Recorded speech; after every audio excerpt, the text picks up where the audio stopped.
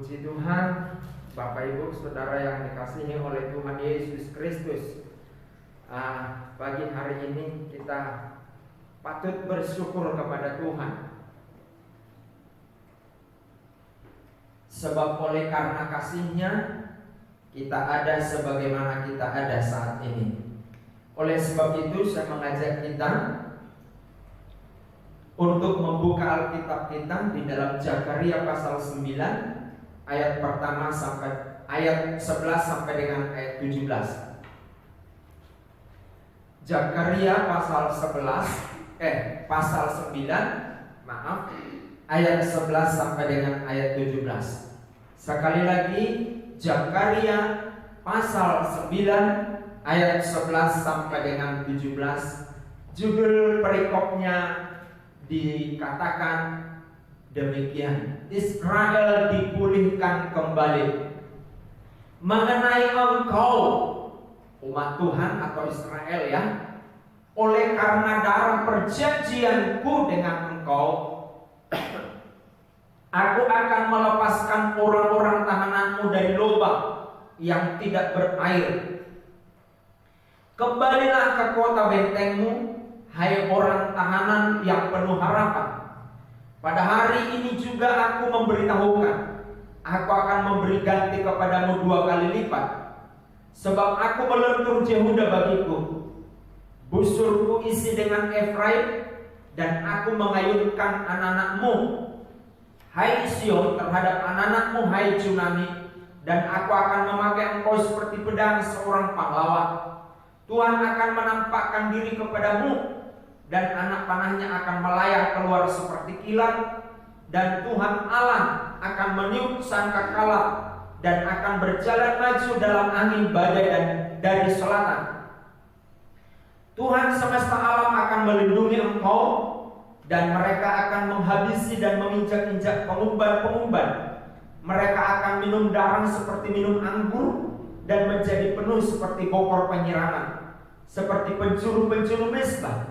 Tuhan Allah mereka akan menyelamatkan mereka pada hari itu, seperti kawanan domba umatnya. Sungguh mereka seperti permata-permata mahkota yang berkilat-kilat. Demikianlah mereka di tanah Tuhan. Ayat 17 ayat yang terakhir, sungguh alangkah baiknya itu dan alangkah indahnya teruna bertumbuh pesat karena gandum, dan anak darah karena anggur.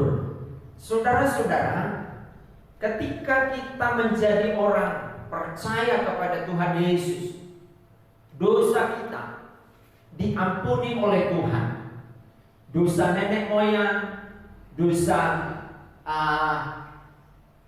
kita yang kita lakukan itu diampuni oleh Tuhan, oleh darah Tuhan Yesus. Perhatikan, saya jelaskan sekali lagi kepada jemaat, ketika kita membuka hati menerima Tuhan Yesus sebagai Tuhan dan Juru Selamat kita, bahwa Yesus mati di kayu salib, Dia terpaku, darahnya tercurah, tubuhnya tercabik-cabik, dan kita terima itu sebagai Tuhan dan Juru Selamat, maka kita ditebus oleh darahnya. Lalu seiring dengan perjalanan waktu, kita, haleluya, tentu masih berdosa. Begitu toh? Ya. Lalu apa yang mengampuni itu? Yang membereskan itu? Yang membersihkan dosa itu? Sekali lagi, dosa diampuni oleh darah Tuhan Yesus, menyelamatkan kita, menyelamatkan orang yang percaya kepada Tuhan Yesus. Lalu setelah itu kita berjalan bersama dengan Tuhan. Apa kita tidak berdosa lagi? Berdosa. Pikiran kita negatif kepada orang, berprasangka, itu sudah dosa. Dosa itu, haleluya, artinya meleset dari sasaran. Itu arti dosa. Haleluya. Jadi sedikit pun meleset itu dosa. Nah, saudara-saudara, maka kita setiap hari perlu dipulihkan. Apa yang memulihkan kita? Apa yang membersihkan kita setelah kita terima Tuhan Yesus sebagai Tuhan dan Juru Selamat yang mati di kayu salib? Firman Tuhan. Firman Tuhanlah yang membersihkan kita dari dosa. Maka kalau ada orang yang berkata, aku anak Tuhan, tapi dia tidak pernah ke gereja. Ya, dia mengaku dia anak Tuhan, tapi hidupnya kotor, kucel, bau. Begitu kan? Karena apa? Karena tidak pernah dibersihkan. Maka setiap hari kita harus membersihkan diri kita dengan firman Tuhan. Haleluya. Judul perikopnya disampaikan di situ, Israel dipulihkan kembali. Jadi setiap hari kita harus dipulihkan kembali. Haleluya. Sekali lagi, judul atau tema dari khotbah saya ini adalah umat Tuhan yang dipulihkan kembali. Haleluya. Jadi kalau saudara-saudara datang ke gereja, itu saudara sedang berusaha untuk memulihkan hidup saudara dari yang berdosa menjadi hidup benar. Begitu ya. Kenapa? Dengan firman Tuhan. Haleluya. Sekali lagi saya jelaskan, umat Tuhan dipulihkan kembali. Nah, bagaimana kita tahu orang itu ada dampaknya dipulihkan? Bukan cuma orang yang dengar firman Tuhan loh dipulihkan. Firman itu harus menjadi rema. Artinya hidup menjadi dagingnya. Ya kan, kita hidupi. Nah, itu artinya rema. Jadi ciri dari orang atau umat Tuhan yang dipulihkan, yang pertama yaitu di ayat 11. Mengenai engkau, oleh karena darah perjanjianku dengan engkau, aku akan melepaskan orang-orang tahananmu dari lubang yang tidak berair. Tandanya apa orang percaya ada dampaknya dipulihkan? Yaitu ada tanda darah di dalam hidupnya. Maksudnya bagaimana tanda darah itu? Tanda darah itu adalah tanda penebusan Tuhan Yesus. Begitu. Nah, orang yang sudah ditebus oleh Tuhan Yesus, dia setiap hari akan bersyukur. Kenapa dia bersyukur? Karena ada pribadi Allah yang datang menyelamatkan dia dari kutuk dosa. Kan harusnya kita yang tersalib, kita yang mati di kayu salib. Tapi Yesus datang mengambil penderitaan kita itu.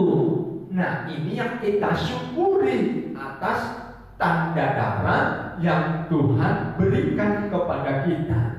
Jadi orang yang dipulihkan, umat Tuhan yang dipulihkan adalah ada tanda darah dalam hidupnya.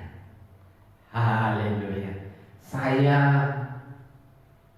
mengharapkan jemaat Tuhan, jemaat GBDI Philadelphia Karangkomiring selalu yakin di dalam hatinya setiap hari ada tanda darah. Dengan cara bagaimana? Dengan cara kehidupan sehari-hari menunjukkan kehidupan Yesus dalam hidupnya. Haleluya. Kehidupan Yesus itu apa sih? Kehidupan Yesus itu melayani. Kehidupan Yesus itu menyukakan Bapa di surga. Kehidupan Yesus itu mengasihi. Kehidupan Yesus itu berbuat hal-hal yang baik.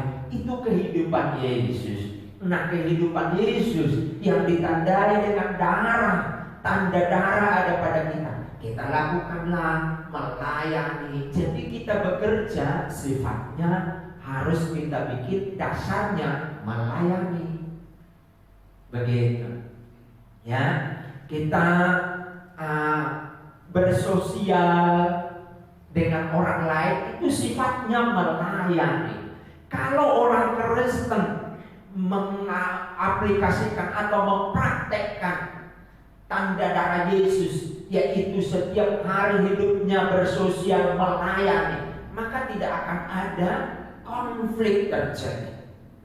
Orang itu mau sirik dengan kita sifatnya melayani, pasti orang itu akan berubah. Tanda darah. Umat Tuhan yang dipulihkan, tandanya adalah ada tanda darah. Haleluya. Jadi setiap hari sebenarnya kita minta dipulihkan. Betul kan? Iya.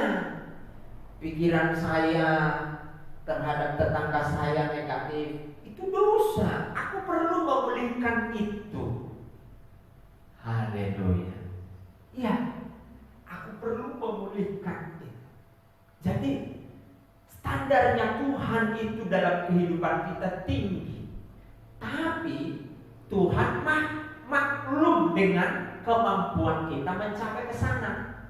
Tapi yang menjadi persoalannya adalah mau dan kita berusaha melakukannya.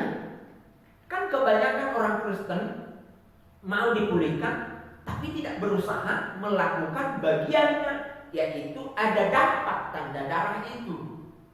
Haleluya. Itu tuh dia biarkan saja mengkristal segala sesuatu yang ada di hatinya.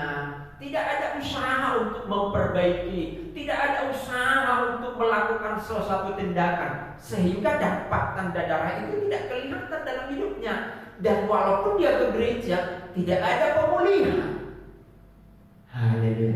Kan banyak kita lihat gereja sekarang, dia melayani, dia majelis gereja, tapi tidak ada perubahan, tidak ada pemulihan. Karena tidak ada kemauan untuk melakukan dampak tanda darah itu. Itu yang pertama. Yang kedua, ciri umat Tuhan dipulihkan kembali. Yang kedua, di ayat 14, Tuhan akan menampakkan diri kepada mereka dan anak panahnya akan melayang keluar seperti kilat, dan Tuhan akan meniup sangkakala dan akan berjalan maju dalam angin badai dari selatan. Yang kedua, untuk dipulihkan, umat Tuhan dipulihkan kembali, dampaknya adalah mengikuti prosesnya Tuhan. Anak panah itu terbuat dari sebuah tanaman. Kalau yang sering kita lihat sih sebenarnya terbuat dari bambu. Oke lah, kita buat dulu pengertian kita anak panah itu dari bambu. Sesungguhnya itu terbuat dari sebuah tanaman yang bisa diolah. Nah, saya mau membawa pikiran kita, anak panah itu sebelum bisa dipakai itu ada prosesnya. Perhatikan, ditebang dulu, dipotong dulu. Anak Tuhan yang mau dipulihkan, dipotong dulu akunya. Jadi enggak aku lagi. Di dalam melayani enggak aku lagi, enggak perasaannya lagi. Tapi yang ada adalah Tuhan Yesus. Ini dipotong dulu. Yang kedua, prosesnya untuk menjadi anak panah yang siap diluncurkan adalah dia direndam. Saudara perhatikan, direndam itu berarti dia ditutup dengan air, nggak kelihatan. Jadi seorang anak Tuhan yang dipulihkan, dia melayani nggak perlu kelihatan, nggak perlu menonjolkan diri. Haleluya. Itu anak panah. Kemudian apa? Kemudian dia di-open. Oh, haleluya. Di suhu di atas ratusan derajat Celcius. Beda ya dibakar. Kalau dibakar dia terbakar. Tapi ini suhu uap. Diuap dulu, diproses. Jadi orang Kristen yang dipulihkan itu, inilah proses itu. Haleluya. Teman kita yang kita anggap saudara itu bisa menjadi open bagi kita, memproses kita. Panas di sini, panas gitu kan? Haleluya. Itu bisa jadi open. Tapi jemaat, orang percaya yang dipulihkan, dampaknya, cirinya adalah dia siap diproses. Haleluya, tidak enak. Tapi itulah ciri orang Kristen dipulihkan. Haleluya. Sudah itu, haleluya. Setelah di-open, dikikis. Dikikis. Nggak 1-2 kali diproses jadi anak Tuhan. Haleluya. Saya berharap kita semua bisa dipulihkan Tuhan. Jadi alat pemulihan Tuhan sebenarnya kalau kita di dalam proses. Supaya apa? Supaya bisa menjadi anak panah yang siap diluncurkan. Haleluya. Ekonominya meluncur nanti kalau sudah mengikuti proses. Tapi kalau belum mengikuti proses, ditarik anak panah itu, dia akan melenceng, tidak kena sasaran. Haleluya. Ya, setelah dikikis, ya, dia diuji dengan satu alat untuk membuat dia lurus sekali. Haleluya. Kan kalau ditarik nanti anak panah itu, bengkok dia di bagian belakang atau bagian tengah atau bagian depan atau di bagian mana bengkok, anak panah itu bisa nggak sampai ke sasaran. Jadi harus betul-betul ke titik itu anak panah ini bisa meleset dan kena. Haleluya. Mengerti ya? Haleluya. Jadi untuk dipulihkan itu, sekali lagi memang prosesnya berat.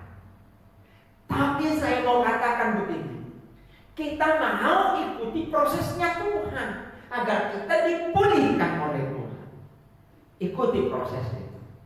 Yang ketiga, jemaat atau umat Tuhan yang dipulihkan, cirinya atau dampaknya yang itu yaitu di ayat 17. Sungguh alangkah baiknya dan alangkah indahnya teruna bertumbuh besar karena gandum dan anak darah karena anggur.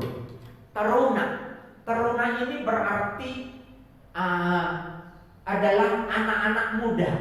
Anak-anak muda ini bukan berarti dalam bentuk usia saja, tapi saya mau sampaikan kepada kita, teruna ini kitalah teruna itu, terunanya Tuhan.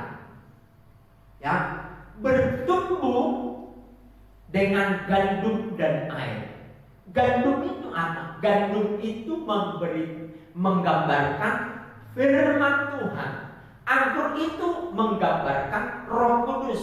Jadi kita harus bertumbuh, gereja jemaat GBD Karangkemiri harus bertumbuh dengan gandum dan anggur, firman dan roh. Haleluya. Kita tahu kan,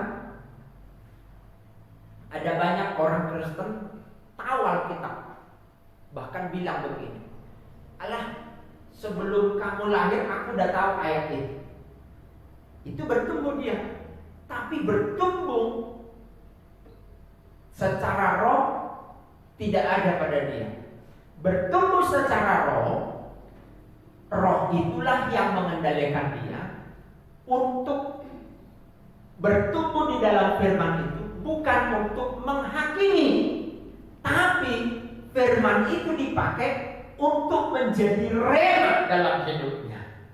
Tiga ini, haleluya, ciri jemaat atau gereja yang bertumbuh. Yang pertama tadi ada tanda darah. Yang kedua, ikuti prosesnya Tuhan. Seperti anak panah yang diprosesnya. Yang ketiga, bertumbuh dalam firman dan Roh Kudus. Ini ukuran orang dipulihkan oleh Tuhan. Banyak orang mendengungkan, pengkhotbah, pendeta-pendeta, umat Tuhan, aku ingin dipulihkan. Tapi 3 itu nggak diikuti, yaitu ada tanda darah, ikuti prosesnya Tuhan, dan bertumbuh dalam anggur atau dalam firman dan roh. Haleluya. Kita mau bertumbuh. Bertumbuh itu begini, saudara. Bertumbuh itu begini. Ada perubahan bentuk dari yang satu, level yang satu ke level yang kedua. Itu arti bertumbuh. Ya, artinya begini. Tahun ini saya bisa berdoa menjadi pendoa syafaat. Tahun depan saya bisa menjadi pelayan pujian. Tahun depan, oke lah, masih di pelayan pujian. Pelayanan pujian saya semakin bagus.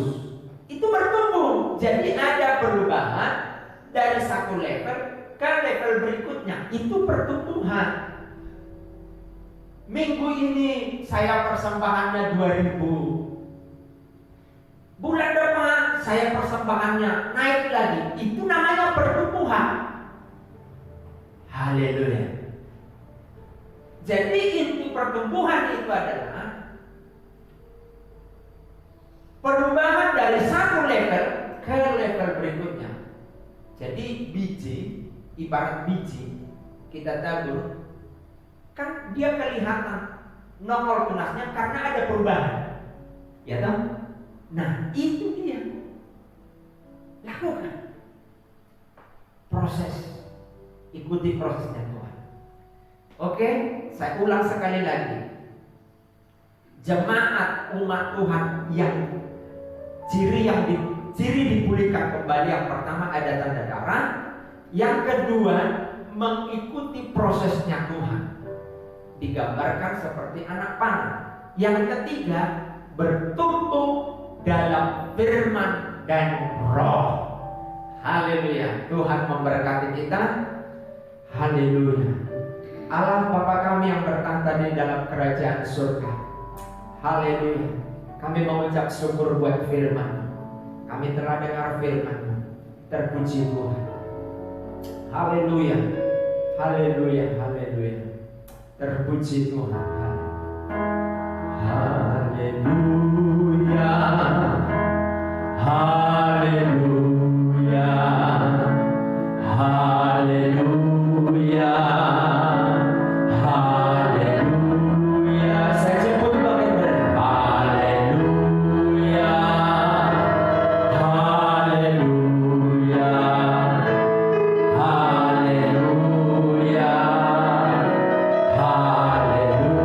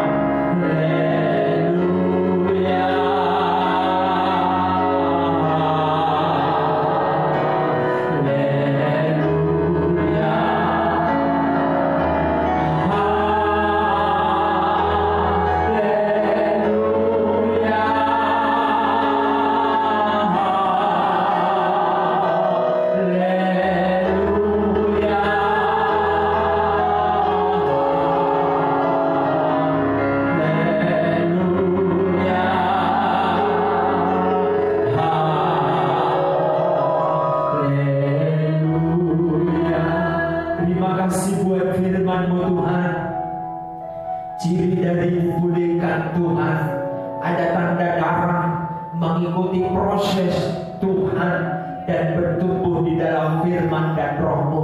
Biarlah jemaat-Mu bertumbuh mengikuti proses Tuhan dan ada tanda darah, maka itulah sebuah pemulihan itu, dan itu ciri pemulihan, dan biar itu ada pada jemaat Tuhan dalam nama Tuhan Yesus. Terima kasih banyak Tuhan, segala pujian bagi-Mu. Kami mengucap syukur dalam nama Tuhan Yesus Kristus. Haleluya. Amin. Silakan duduk.